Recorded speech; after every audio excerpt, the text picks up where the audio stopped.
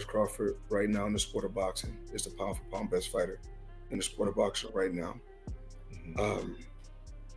It's good to see him in his position, in the position that he's in. I think he has a beautiful family. He can't beat Canelo. No way. I mean, I don't see him beating Canelo. He didn't even look that strong against Madrimov, to be honest. And Madrimov's not even a big. Yeah, different style though. Madrimov has a jerky different style, yeah, but in and out, count him, punching, hard to time. The thing with Canelo is he's mastered his style, and he ain't gonna change it up. But he's mastered it. Like he understands what's going on in the ring at all times. I just don't see Terence beating him. I don't. But Jesus Lord, I mean, give this man, I mean, the title of being the greatest ever. You know, Rollies, I'm fighting Rollies, you know. I've already said all the shit I want to say to Haney. Do you regret anything? Ain't nothing changed, right? I still was suspended for a year. With months still to go until the highly anticipated Canelo versus Crawford showdown, the boxing world is already buzzing as experts dive into predictions and analysis. From the moment the Canelo versus Crawford fight was announced, Terence Crawford has been receiving significant praise, with many in the boxing world believing he has the skills to pull off a historic win. Among his supporters is legendary promoter Bob, who has been vocal about his confidence in Crawford's ability. According to Bob, he immediately felt Crawford would win and even reassured him, saying it was a great fight for him. He dismissed concerns about weight slowing Crawford down, suggesting that Alvarez would not be able to capitalize on any perceived size advantage. Once it was announced, I felt that Crawford would win. As a matter of fact, Terence came over to me after a fight that we did, I think with Keyshawn Davis. And I told him, I said, it's a great fight for you. You're going to win that fight. Of being ambidextrous and switching from a southpaw to orthodox as the fight goes on. And that's going to befuddle Canelo. Canelo, like most fighters, have not dealt with that kind of opponent. I think that's what made it such an easy fight with who's-you-call-it. Elaborating on Crawford's uniqueness, Arum compared him to other elite fighters and expressed his belief that Crawford's adaptability makes him an extremely difficult opponent. He emphasized that most fighters do not train for opponents who can switch styles fluidly, which gives Crawford a significant advantage. Bob Arum even stated that Crawford's skill set is so exceptional that it would make him a tough challenge for a prime Floyd Mayweather Jr. While discussing Crawford's overall talent, Arum made it clear that his statements were based purely on boxing ability, not on any outside factors. Fighters haven't seen, and the ability that he has to switch, you know, fighters aren't used to that. They don't train for that. I just think Crawford is a very, very unique talent. Trainer Mickey Bay also weighed in on the conversation, focusing on Crawford's weight strategy. According to Bay, Crawford should avoid putting on too much weight and instead aim to fight at around 165 to 168 pounds. He argued that excessive rehydration could work against Crawford, as he is already moving up in weight. In his opinion, maintaining a natural weight closer to what Crawford is accustomed to would allow him to retain his speed and agility. In my opinion, I would come in at this is my opinion, I would come in at 65 and come in at the same weight for the fight. 65, 68. That's what I'm saying. He should need to rehydrate a lot. He should just stay where he at. What? Why would he need to rehydrate and he already moving up? But he be walking, doesn't he walk around at like 170 something anyway? Though. I'm talking about fight, like in top fighting shape. Yeah, he could weigh 170 something out of shape. Not out of shape, but not watching what he eat. I'm saying I think Crawford should be under 170 in the ring. Bey expanded on his thoughts by explaining that Crawford should base his final weight on how he feels during sparring. He suggested that staying in the range of 168 to 171 pounds would help Crawford avoid being too slow in the ring. Bey compared Crawford's situation to Floyd Mayweather's approach at 154 pounds, stating that Crawford is naturally capable of making lower weights but should not push himself unnecessarily. Ultimately, he predicted that Crawford would win the fight by decision, emphasizing that staying within his optimal weight range would be key to his success. 170, if whatever he feel good at sparring multiple times, that's what I come in at. So if it's 168, 171, I would stay within that range, but I wouldn't, that's the only factor, is him not being too slow. But if I was Crawford, my opinion, if I can just think off the top of my head, I would weigh in at 165 and fight at 168 to 170. When he was fighting 54. But come in at 168 though, right? Come in at 168. No, you want a little lower, you saying? Yeah, 65. And fight anywhere from the same weight. He probably be 65 to 70 when he fight. Try to get in there at 170. It ain't really a try, just naturally. Like it naturally, yeah. Ain't nothing he gonna have to really watch. Like water. It's gonna get him up. Tim Bradley also shared his perspective, making it clear that he gives Crawford a serious chance in this fight. According to him, Crawford is the best boxer in the world, pound for pound, and he possesses the necessary skills to outbox Canelo, while acknowledging that Alexander Usyk holds the top spot on many pound for pound lists due to his success in the heavyweight division. Bradley maintained that Crawford is the most skilled fighter in the sport. He described Canelo as a powerful but predictable fighter, and believes Crawford will expose those limitations when they step into the ring. Terence is just, that's his mentality. It's tough. A little bit of me moving forward. That's what scares me about the Canelo fight, to be honest with you. Because he ain't gonna back down. He ain't gonna back down. No, he's not. He's not gonna back down. And he's tough, and that's what scares me about that fight, because you don't need to be training with that bull. Like, I know you're strong, but that dude is naturally strong, and he's been at his weight class for a very long time. So he's acclimated. You're not. You don't need to be trading with this guy at all, regardless of. Meanwhile, Michaela Mayer echoed similar sentiments, stressing that Crawford's movement and unpredictability would play a major role in this fight. She believes that Crawford will avoid direct exchanges with Canelo and instead use his ability to switch stances to disrupt Canelo's rhythm. Terence knows he's not going to sit in there and bang with Canelo. I don't think that's a good idea for anyone to do. And so he's going to box. He's going to box. He's going to use his unorthodox style from, switching back and forth, keeping Canelo keep him questioning what he's going to do. And Canelo has to sit. He wants to sit on his shots, right? In her view, Canelo thrives when he can plant his feet and land powerful shots, and Crawford's strategy will be to prevent that from happening. While she expects the fight to remain competitive over 10 rounds, she also acknowledged that Canelo's power and weight advantage could make him dangerous at any moment. And Terence is just going to not let him do that. He's going to try to not let him do that over the course of 10 rounds. We'll see. One shot from Canelo could totally change the fight. And that's where Terence has got to be careful. But if it goes to the scorecards, I believe I would have Terence up. I think that Canelo has a chance of knocking him out, obviously, with the weight difference and the way he puts his body behind his shots. But yeah, I'm gonna pull for Crawford to come through. Amir Khan, who has shared the ring with both fighters, also offered his take on the matchup. Based on his experience, Khan believes that Crawford has the tools to beat Canelo. I think Crawford has his number, he stated in an interview. He is fundamentally a great fighter, but his body structure is very heavy and he hits hard, he added. However, he admitted that boxing is unpredictable, leaving room for surprises once they step into the ring. Floyd Mayweather, who handed Canelo his first career loss in 2013, Dean has also expressed his admiration for Crawford's skills. According to Ring Magazine, Mayweather says, "I think Terence Crawford, right now in the sport of boxing, is the pound-for-pound best fighter." In another interview, he reinforced his belief in Crawford's talent, stating that his accomplishments speak for themselves. While Mayweather acknowledged Canelo's greatness, he made it clear that Crawford's rise to the top has solidified his status as the best fighter in the sport right now. Terence Crawford, right now in the sport of boxing, is the pound-for-pound best fighter in the sport of boxing right now. It's good to see him in the position that he's in.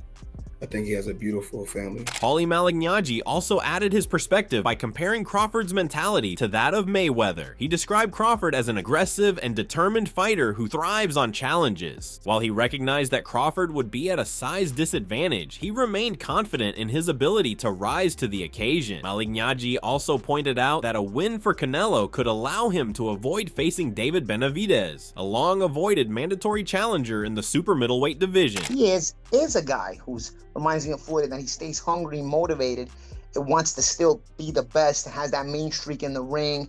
Not to say that Canelo doesn't have a mean streak, but I feel like once you start punching Canelo a few times in the face, that mean streak ain't so mean anymore. You know what I mean? He punks out a little bit. So while Crawford, I feel like, wants to go for the gusto. That doesn't mean to me that Crawford wins because he's small, but I'm just saying I believe more now that Crawford can win than I did originally when this was first being talked about. And I would love to see Crawford win because I feel like if Canelo gets this payday, which is going to be a big payday, and then also gets the win out of it, it's just too much of a reward for outright ducking Benavidez and being allowed to duck his mandatory contender while holding all the belts hostages at 168 pounds for so long and not letting that weight class run its course the way it should. Dimitri Bivol, who previously defeated Canelo at light heavyweight, also weighed in on the upcoming fight. Initially, Bivol had doubts about Crawford's ability to compete in higher weight classes, but after seeing him in person in Dubai, he changed his stance. He noted that Crawford looked bigger than expected and possessed the technical skills necessary to challenge larger opponents. He able to win this fight. But there is a lot of but, and even not but, there is a lot of things, small things, which we don't know how he will deal with this. He need to get used to the power and pressure of 168 because it's big difference, to be honest. Maybe he will get used to it, and how he will be feeling himself. Building on his observations, Bivol emphasized that fighting at 168 pounds brings additional challenges. He explained that adapting to the power and pressure of bigger opponents requires more than just skill. It demands physical adjustments as well. Facing someone as experienced as Canelo makes the task even more difficult, but Bivol remains confident that Crawford's versatility could allow him to overcome those obstacles. He believes this fight will be more competitive than some expect, with Crawford's unique style creating serious problems for Canelo. The same day when he will fighting, how his training camp will go on, a lot of things. But he's able. He has good skills. He's awkward. He can use two boxing stance. It gives him benefits, of course. I was at that same event in Dubai just before Christmas, and I saw him too, and I thought exactly the same thing, which is that he is quite big. Yeah. Size obviously is important. Jamal Charlo stepped up from super welterweight to super middleweight to box Canelo, and it didn't work at all for him. But Crawford is, I mean, he's one of the best fighters in the world, isn't he? Similarly, Shakur Stevenson has long held the belief that Crawford has the potential to challenge Canelo. Speaking to Ring Magazine, he revealed that even after Crawford's fight with Sean Porter, he had predicted that Crawford could trouble Canelo. Absurd about it. What did you think of this idea of Bud going up to 68 to fight Canelo? I ain't gonna lie, I've been putting it out since, I want to say, when he fought Sean Porter. Like back then, if you go watch, it's an interview out there. I had said I think that Terence Crawford would beat Canelo Alvarez right after he fought Sean Porter. So the idea, I've been thinking about it. I've been saying it before Bud even was saying it. This was not a recent conclusion for him. He had considered it years before Crawford himself showed interest in moving up. Stevenson pointed out that even before Bivol exposed Canelo's weaknesses, he already believed Crawford had the style to secure victory. Why were you saying it then? Like, that was what, a few years ago? It was 160 or 168 at that point, but why did you believe then that was the right fight? Because I just knew, like, as far as in that weight class, Terence Crawford is like the greatest. So I just feel as though with Canelo's style and like the style of boxing that he got, I think and this is before Bivol did it, but I thought like Terence Crawford was the only guy who I felt as though could have beat Canelo. However, while Crawford has earned respect for taking on this challenge, many in the boxing world remain skeptical due to the weight difference. Promoter Oscar De La Hoya believes that size matters, emphasizing that a great smaller fighter has never beaten a great bigger fighter. He doesn't think Crawford will be the exception. He acknowledges that Manny Pacquiao's victory over him was an anomaly, but in his view, that fight was different because he was past his prime. De La Hoya sees Canelo's size, power, and dominance at super middleweight as a serious obstacle for Crawford. I've been in this game for such a long time, and I like to say I'm a historian. There's never been a good little man that beats a good big man. It hasn't happened. I mean,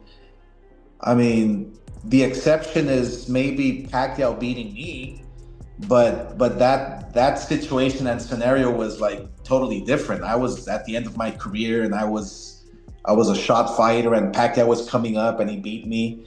But a good little man, which would be Crawford, just has never beat a good big man, which would be Canelo. In the history of the sport, it just now if Crawford can do it. Despite his doubts, De La Hoya admits that the challenge itself could fuel Crawford's motivation. He acknowledges that if Crawford pulls off the win, it would solidify him as one of the greatest fighters in history. However, he stresses that the physical disparity is undeniable. According to him, Canelo will likely weigh around 200 pounds on fight night, making it an uphill battle for Crawford. Jesus Lord, I mean, give this man, the title of being the greatest ever, you know? And then that's probably the motivation for Crawford. That's probably the motivation for his camp, for his, for his corner, for his trainer, is that, look, if you beat Canelo, you can go down as one of the historical best fighters ever on the planet.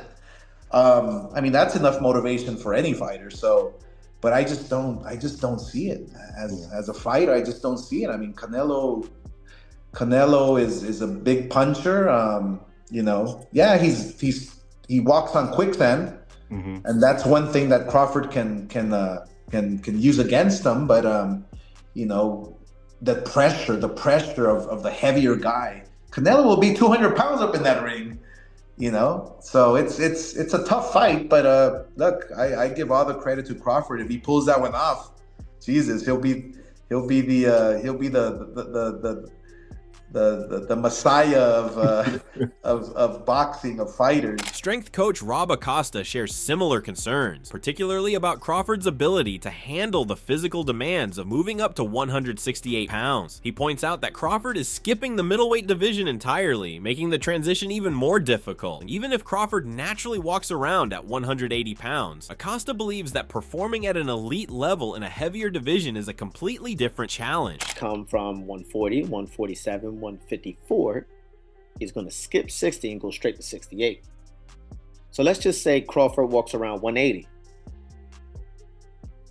Okay, walks around 180. He's going to come down those 12 pounds, make it 68. He ate his way up to 180. Understand that. He didn't work out his way up to 180. Another major concern is whether Crawford can withstand Canelo's power. Acosta highlights that Canelo has absorbed shots from Gennady Golovkin, one of the hardest punchers in the sport. He finds it unrealistic to expect Crawford to move up and impose his will on Canelo in the same way he did against smaller opponents. Additionally, he raises questions about how much weight Crawford will regain after the weigh-in and whether he will be able to handle the physicality of a true super middleweight like Canelo. That's the difference. So if you're just going to eat your way up to a heavier weight, assuming because you sparred heavier guys that you can perform at a top level against a guy who's been there numerous times, very comfortable with this weight, and coming down from a heavier weight, that's a whole different animal. We're talking, the last 2 weeks of every camp is always the most critical time, because that's where the most dumbest things can go wrong. It could be weight, it could be sickness, it could be injury, it could be anything. So I understand how they can all work together to create this this super fighter. But it's super hard to come from 154 all the way to 68 within a specific time frame and perform as if you were at 147, 140, 147, 154. Also gave him some good shots. He took it well. What you think is going to happen at 168? Canelo's been hit by Triple G, one of the hardest punches in boxing. You mean to tell me that Crawford's going to go up there and just clean him out? Nah, that's not happening. So it's a lot harder. But I just think that if he goes from 54, skips 60, goes to 68, then steps on the scale, he comes in under. So let's just say he comes in 65. Then he hydrates to what? What's he going to hydrate to? 175? 160? 178? You walk around in that weight. David Benavidez also weighs in, sharing his thoughts during an interview with Jake Paul. While he respects Crawford's skill and high boxing IQ, he considers the weight difference a serious disadvantage. He admits that he wouldn't be shocked if Crawford won, but also wouldn't be surprised if he lost. In his view, Crawford didn't look particularly strong at 154, and now he's taking an even bigger leap. Given the circumstances, Benavidez sees this as one of the riskiest fights of Crawford's career. And then Crawford, obviously Crawford's amazing, but he's coming up from 2 weight classes. 30-pound, 20-pound difference. Who do you think wins that fight, though? To be honest with you, it's like I wouldn't be surprised if Crawford wins, but I wouldn't be surprised if he loses either. I think Crawford is a tremendous fighter. He has a great IQ in boxing, but I think just the weight difference is just too massive. And not to knock Crawford off, but he didn't really look as strong at 154. So he's still gonna go up 2 weight classes, 160 and 168. So I mean, I think that just tells everything that needs to be said. Ryan Garcia echoes these concerns, stating outright that he doesn't see Crawford defeating Canelo. He points out that Crawford didn't look dominant against Israel Madrimov, who isn't as big or powerful as Canelo. According to Garcia, Canelo has mastered his style and knows how to control fights. He believes this experience and strength will make a difference on fight night. He can't beat Canelo. Nah, no way. I mean, I don't see him beating Canelo. He didn't even look that strong against Madrimov, to be honest, and Madrimov's not even a big.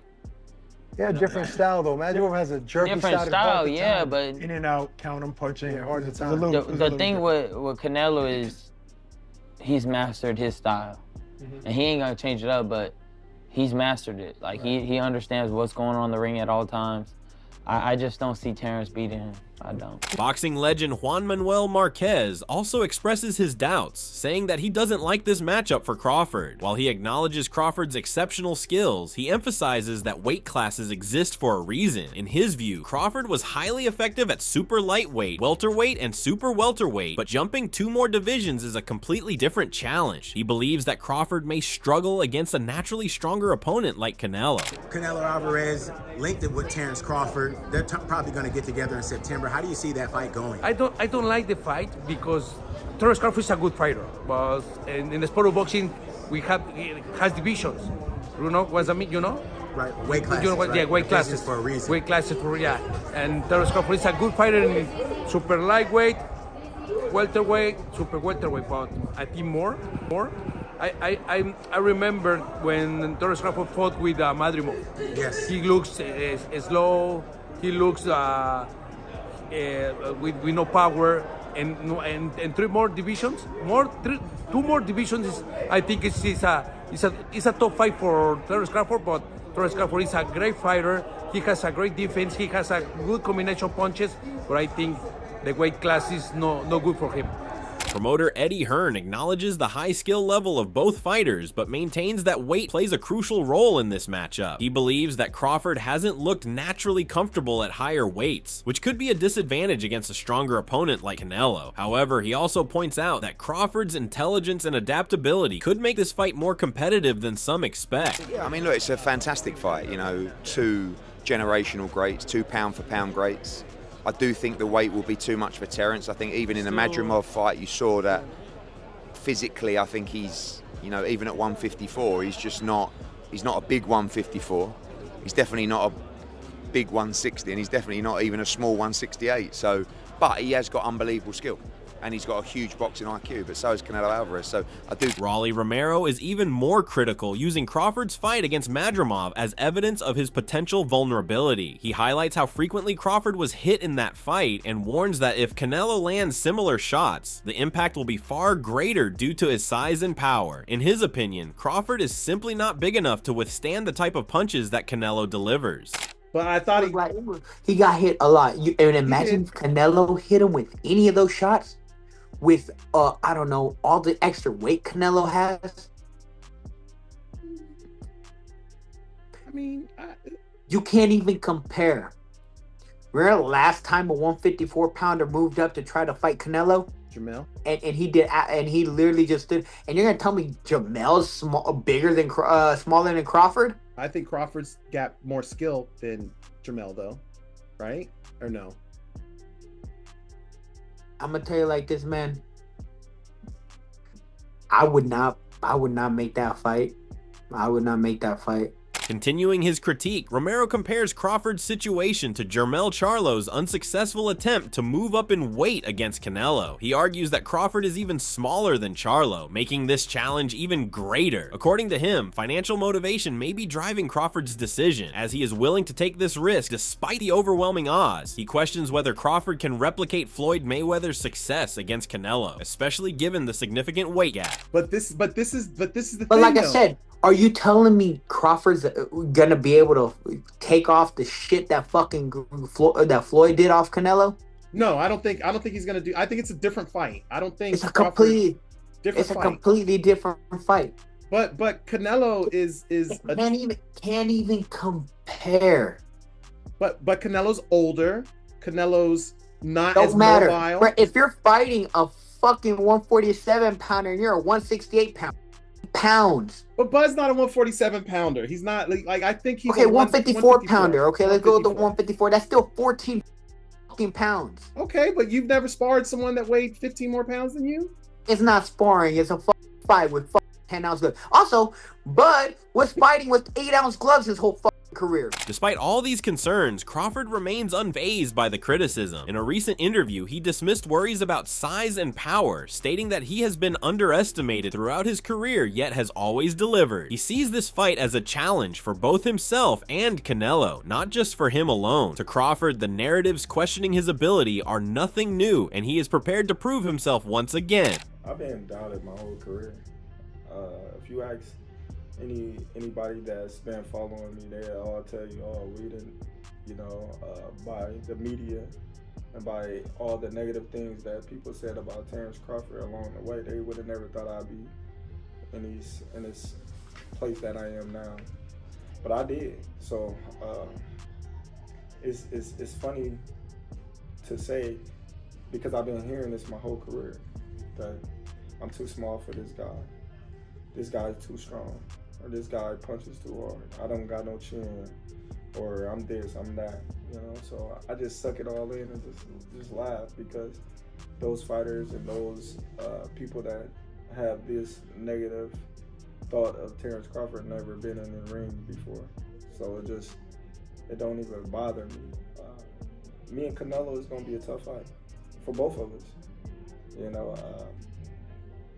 But at the same time, I don't know. Rather than focusing on outside doubts, Crawford has already set his mindset on victory. When discussing his legacy, he refuses to consider the possibility of failure. He insists that when he beats Canelo, he will be recognized as one of the top 3 pound-for-pound fighters in boxing history. For him, this fight is not just about winning a title, it is about securing his place among the sport's all-time greats.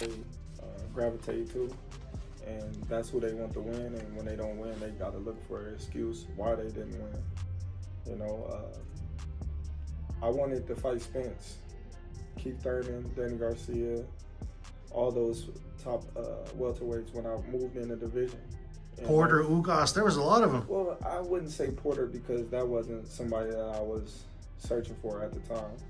You know, Ugas wasn't the champion either, but once Ugas became champion, he was definitely a fighter that I wanted to. But before the September fight, Canelo Alvarez has to fight against William Skull in May, which has stirred quite a bit of controversy. Many fans and analysts are questioning the caliber of his opponent, especially considering Canelo's past achievements and status. Critics like Mikey Garcia have voiced their discontent, pointing out that Canelo is no longer seeking to prove himself in the ring. Garcia believes Canelo is focused on securing massive paydays, citing his already established legacy in boxing. According to Garcia, Canelo's accomplishments, such as becoming a champion in 4 divisions and being undisputed, make it clear that he has little left to prove. About what we think or what we say about who he fights.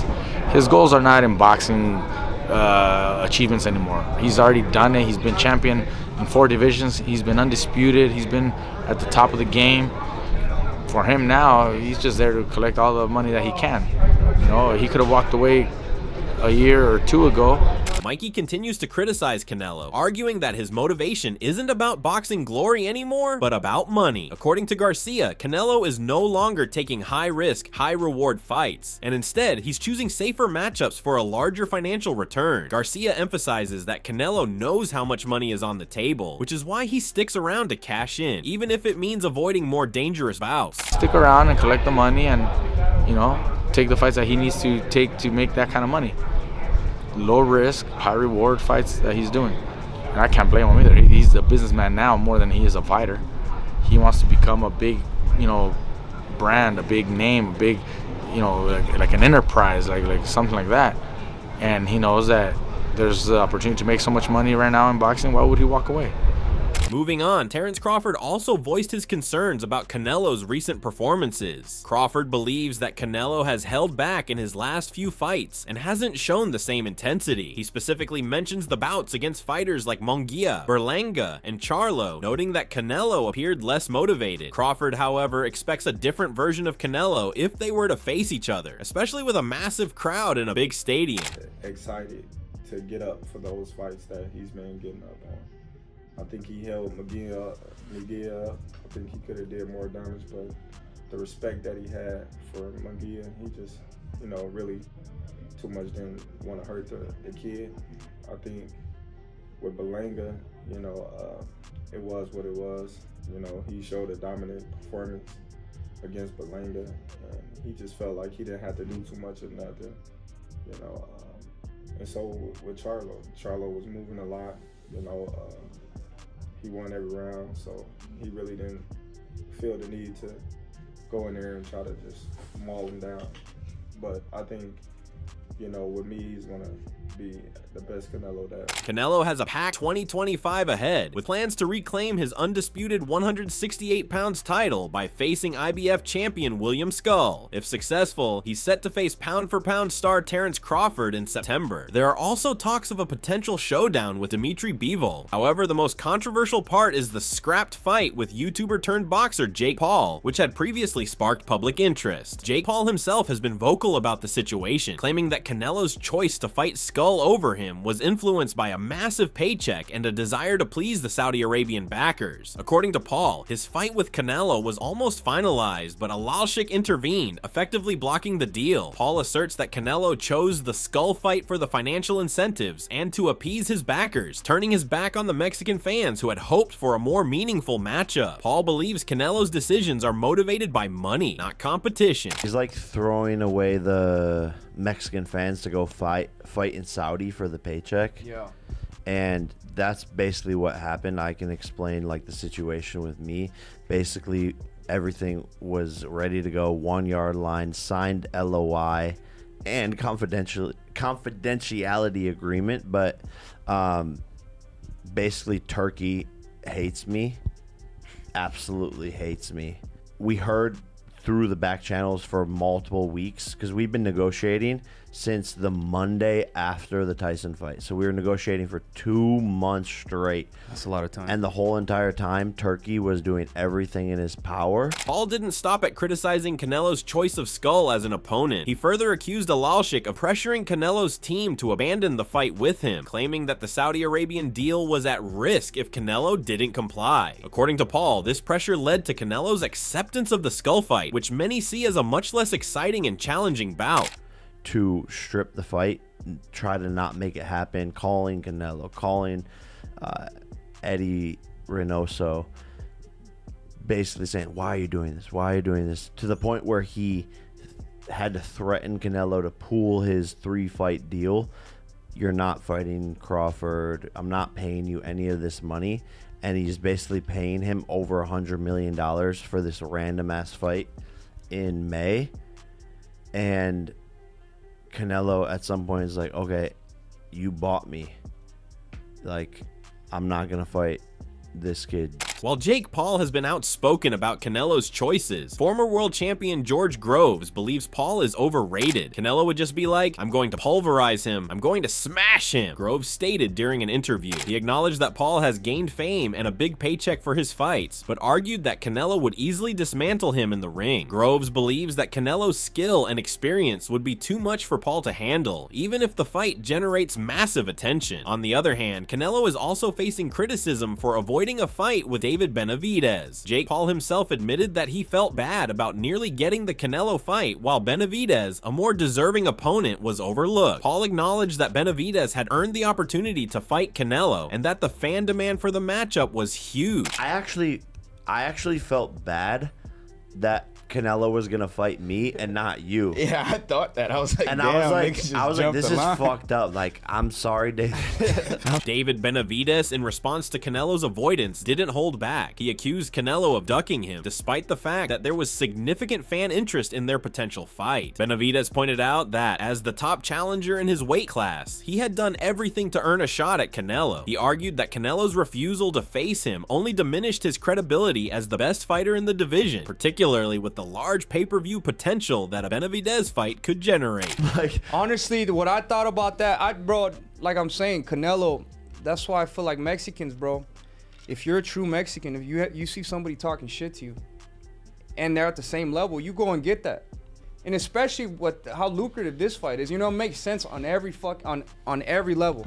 It will sell a lot of pay-per-views. It'd be good for the sport. It'd be good for the fans. So that's why I know he's 100% scared of me. Yeah. So I'm over here talking shit, and I know I could beat him, but if he was so confident in himself, he'd come fucking shut me up. And make a large sum of money too. So in response to the accusations of ducking Benavidez, Canelo made his feelings clear. In an interview with Brian Mazik, he expressed his disregard for Benavidez's calls for a fight. Canelo dismissed Benavidez as an unworthy opponent, highlighting his lack of accomplishments and status in Canelo's weight class. Canelo also criticized Benavidez for being disrespectful, suggesting that the challenger's approach to securing the fight was part of what turned him off. There was something about the way David Benavidez was pursuing a fight with you. And it seemed like it was maybe annoying to you. But what aspect, and correct me if I'm wrong, but what aspect of his approach kind of rubbed you the wrong way? You know, I don't know. I don't really know how to answer this question, but I think the way he talks, he think he's Superman, right? And he is very disrespect, not just with me, with everybody. And he's accomplished nothing. He's not even a champion.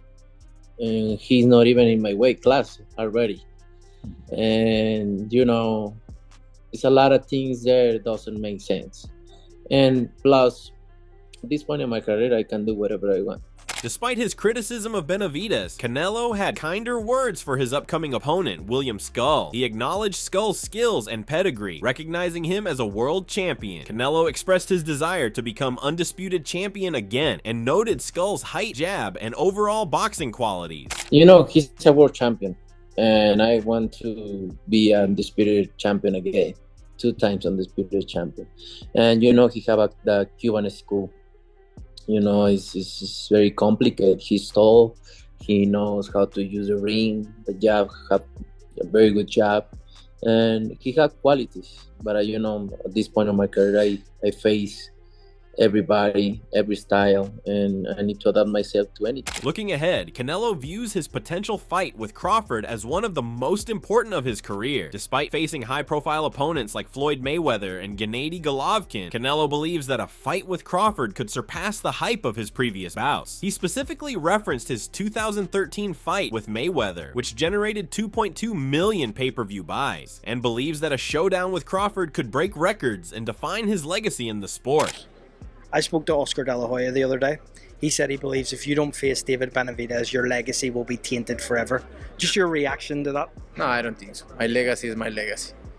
Nobody can take away my legacy from me. It is what it is. Final question. You've been involved in some massive fights in your career, the GGG trilogy. Is Crawford the biggest fight because of everything around it, everyone around it, the fact that it might be on Netflix we're hearing as a part of a big deal with TKO? Yeah, I think it's going to be bigger. Even the Mayweather fight is going to be bigger than that. You think it does more pay-per-view buys than the Mayweather fight? Yeah, I think so. But, you know, first is first. I'm going to be focused on William Skull. However, before that, Canelo must first get past William Skull. While many fans are concerned about the caliber of his upcoming opponent, others remain hopeful that the Crawford fight will live up to expectations. Experts have mixed opinions, with some believing that Canelo's motivations have shifted toward financial gain, while others are hopeful that he will bring his best performance against Crawford. Whether Canelo's current trajectory is about money or legacy remains a question that only time will answer, but it's clear that the September fight will be full of drama, debates, and high-stakes fights. What do you think? Which expert's prediction and analysis do you agree with the most? Let us know in the comments section below.